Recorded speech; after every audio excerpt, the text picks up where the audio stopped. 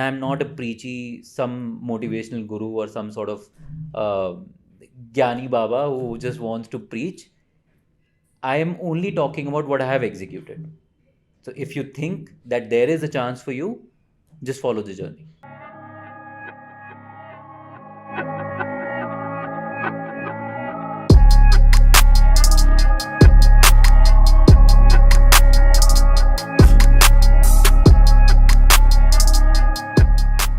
So let's start. Let's start.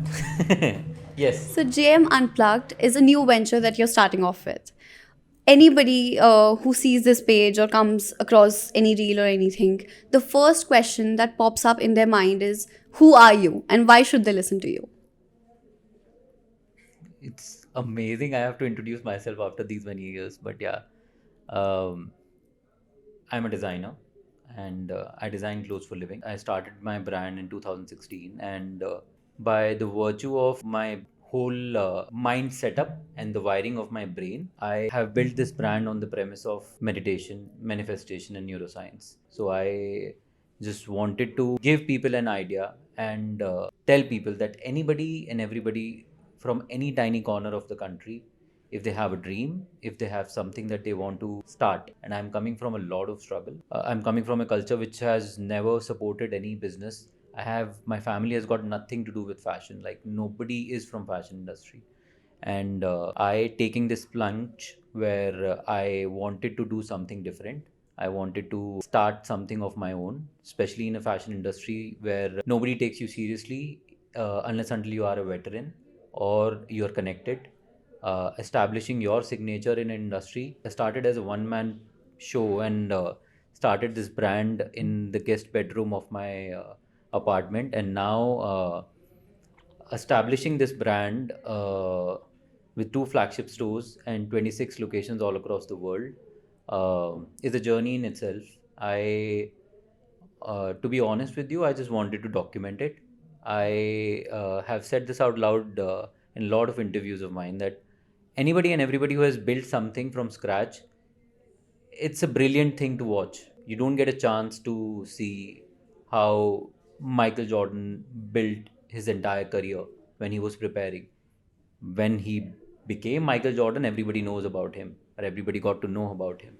Same goes for Muhammad Ali, same goes for Sachin Tendulkar, same goes for Roger Federer. All of these people, I'm not comparing myself with these guys. It's just that I know JMC will be the biggest fashion house in India uh, before 2030. That's my target. I keep saying this. That's my journey. I want to document. And it's built on the premise of neuroscience and meditation. So, kind of, I'm trying to bring some sort of value. That's what I have done in all of my endeavors. And this is something that I wanted to do since the very beginning because I was coming from a different culture where I've been told to think a certain way, to do a certain things, because I've been born and brought up in a lower middle class family where I know for a fact that thinking out loud to do something of your own, that too at a on a gravity at which I am operating right now, is not even allowed. And I can actually say that with utmost confidence that more than 50% of the youth, especially from middle class family, who wants to make something big, who wants to do something of their own, they have been told to completely stay shut and not speak any word about it because you can't do this. That's the dialogue. I'll ask you, I mean, how many times have you heard in your life, paisa पेट पे नहीं उगता है, and it's life is not that easy. इतनी चीज़ें आसानी से नहीं मिलती हैं. That's the wiring that has been installed in you since your birth, because that's what you have been told, you have been fed, that this is how you have to live because you have born into in this family now. So you have to live a certain way, you have to abide by the rules, you have to abide by the schooling that you're doing, you have to abide by the rules that your friends and your relatives and your parents have given you. For some people it may work, it didn't work for me. I just thought that I can do better than that. And so keeping that in mind, I started questioning my own being, my life. I think when I was 27 or 28, I just started questioning everything and thinking on the lines of how you want to build this life can be done. And you just need to sit down with yourself alone. You need to cut off everyone from your life. It may sound a little dramatic, but that's how it's done. You need to sit alone with yourself, you need to talk to yourself, you need to install complete new wiring in your brain, and your mind will reject a lot of times.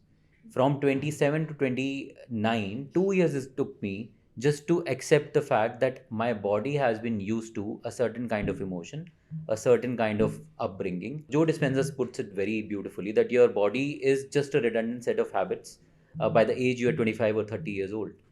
You don't even know that you're operating. Your subconscious mind is actually operating your life. I'm not a preachy, some motivational guru or some sort of uh, Gyani Baba who just wants to preach.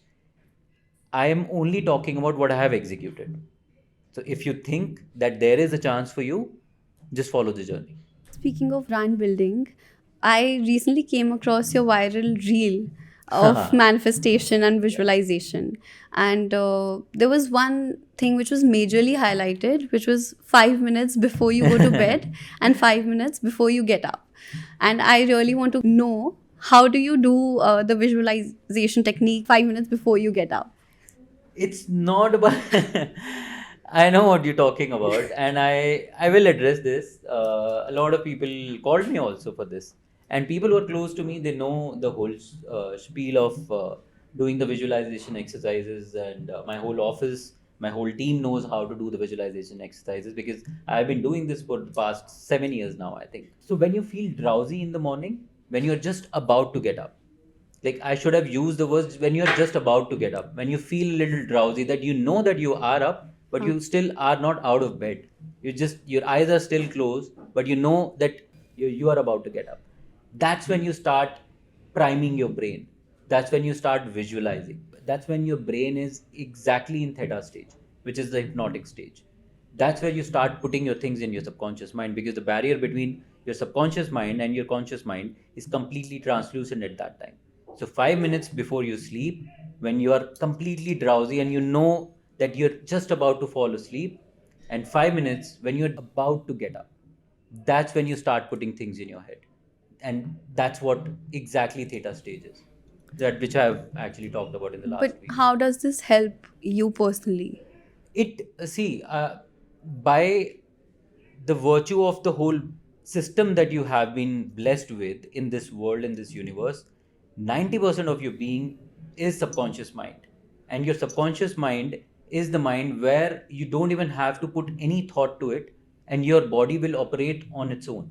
You get up in the morning, you do your thing, you get out of your house, you come to office, you do your whole thing. This is your subconscious mind just doing the thing. You don't even have to put in any effort. Your life won't change. Nothing will change if you keep doing the same thing, because that's your body completely adapting itself to what your subconscious mind has given it to think about, like given it to just go about in your day. But when it comes to your subconscious mind, so if you have to do something which is different than the usual, I'll give you an example.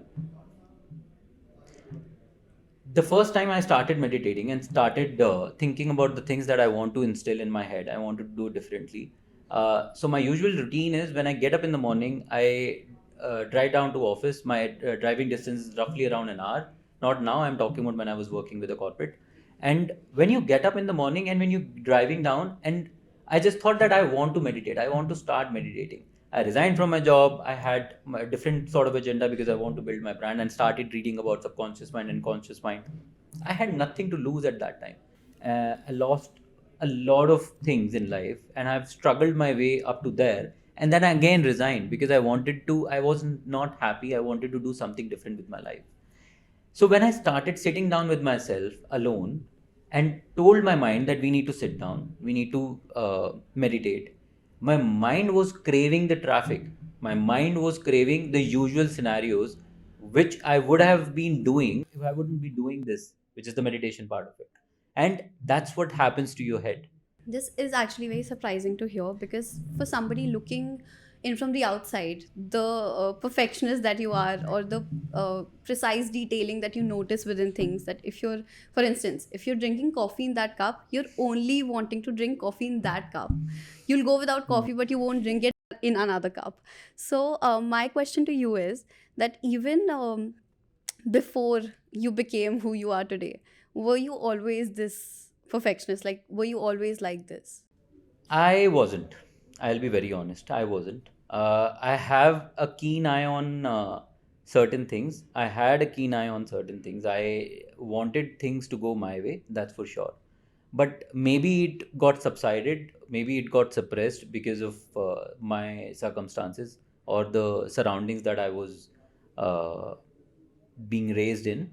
But it just develops in you once you start getting out of your shell, once you start breaking the shackles that's surrounding you, you start taking the risk, you start experiencing things that you haven't till now, then your mind actually develops and the new circuitry starts getting developed in your head. Then you start becoming more and more specific, which is like, so there is a saying that you need to narrow your vision and be absolutely zoomed in on what you want. Now I want everything to be specific in a certain manner. And you aptly pointed out, if I drink coffee in a certain cup, I will drink coffee in that particular cup only, otherwise I won't drink. I don't waste time. I don't waste people's time. I don't waste my time. I eat the same food every day. I live a very boring life. I'm not at all a designer sort of a person. I don't socialize. I don't go to any events. I don't go to any parties. The only thing that I do is sounds a little preachy, but I only work. And for me, my work gives me the kind of high that people get it from different parties or maybe socializing events or anything. For me, my high is actually building something from scratch. I can give you 50 different examples of people calling over on our official phone from different parts of the country that when are you launching your collection, because आपका ना कलीगे जो आपने डाली में launch किया था वो हमारे यहाँ पे बहुत अच्छा बिकता है तो हमें उसकी कॉपी करना है, तो आपकी जो नई कलेक्शन आएगी. I can give you 15 different examples, people commenting on our post or DMing me where they are actually saying this to me that आपकी वो जो जैकेट जो आपने पाब्लो में बनाई थी उसकी कॉपी हमारे यहाँ पे बहुत अच्छे से बिकती है, तो आपकी जब नई कलेक्शन कब आने वाली है हमें बताइए. So And you these are the, actually entertain these calls. it's kind of flattery for me. I know people take it, my team takes it in a very negative manner. I don't want to take it in a negative manner. I'm coming from nothing, Baba. I had nothing. I have literally envisioned myself just to, by seeing an article of Manish Malhotra ka poster in a magazine, that someday I'll get to visit his store. And I'm talking about when I was 15 or 16 years old. I'm from Hisar. There was no fashion magazine there. There was only one vendor. I used to go on my bicycle to go to a vendor just to get a magazine where I know for a fact that I'll get to see two or three advertisements from either Rohit Bal or Manish Malhotra or maybe Suneet Verma. And I just envision myself that someday, maybe someday, I'll go to Delhi and I'll visit their store, or I'll go to Bombay or I'll visit their store. I just want to touch the fabric. I want to touch the cloth or the embroidery that these guys have done. And this is me when I was 14 or 15 years old. And now people compare me with these same veterans. Matlab, that's the life people dream of. So I'm absolutely grateful. And this is something that I would want to do for the rest of my life, not because of any success, fame, or any money. That will be byproduct. But that's all I want to do. Like, for the rest of my life, that I want to do. That is what actually sets GMC apart from the other brands. That firstly, I think you started menswear when nobody else was doing menswear from the wedding couture. Everybody was focusing on the women, and you have been blatantly, very brutally honest about it, to put it correctly. So, how did you have the guts to actually get into the business where nobody else was focusing on the menswear of the wedding business? 90% of the stores that I have visited, they have just a tiny corner at the back side of their store, which consists of more or less 3 or 4 outfits hung on the racks, that these are the outfits which are for you. And the rest of the store, like the complete store, is for women. And I just thought, this is not even partiality. This is like you completely killing menswear when it comes to wedding couture. And in the last 100 years of wedding couture, nobody has even talked about what a groom should wear. Everybody keeps talking about girls started preparing or starts to prepare their wedding trousseau years back before their wedding. Like the moment they get their roka done, they start preparing their wedding trousseau, and the guys 3 days or 5 days or 6 days or maybe a month tops. Now people have started coming to us 2 months before their wedding. I'm talking about guys. But when I started, like they imagined that लड़कों की outfit में करना क्या होता है. हम तो 2 दिन पहले आएंगे तब भी हमें मिल जाएगा. That used to be the conditioning of the brain, like their mind, that's how menswear in wedding couture is supposed to be.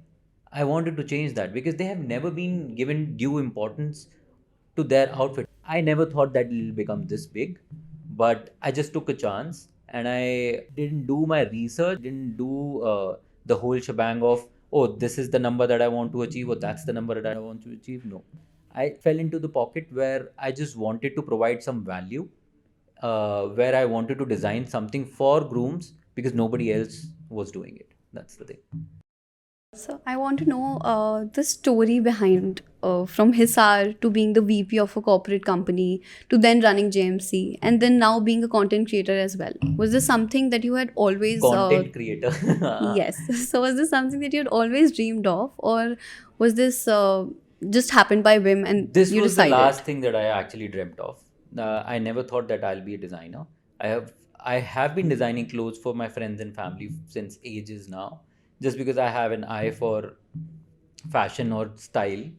So I used to organize a dairy sort of a system. So I used to, when I was in 9th or 10th standard, I used to come to Delhi, and Chandni Chowk and Kamla Nagar was my hub, where I used to go buy different fabrics, go back to Hisar, get my Master Ji to stitch some outfit for me, which I designed, wear that outfit for 6 or 7 months. Then, when I'm done with that outfit, I get bored of that outfit. I used to invite my friends and used to organize a dairy sort of a system where I asked my friends to just, these are my clothes, and they used to love my clothes. So they used to buy those clothes from me at half the price, and whatever money that I earn from that particular dairy system, I again then go back to Delhi, to Kamla Nagar and Chandni Chowk, and buy fabric again. That's the cycle I used to follow. And this is what age we are talking about? I was in 10th standard, I think.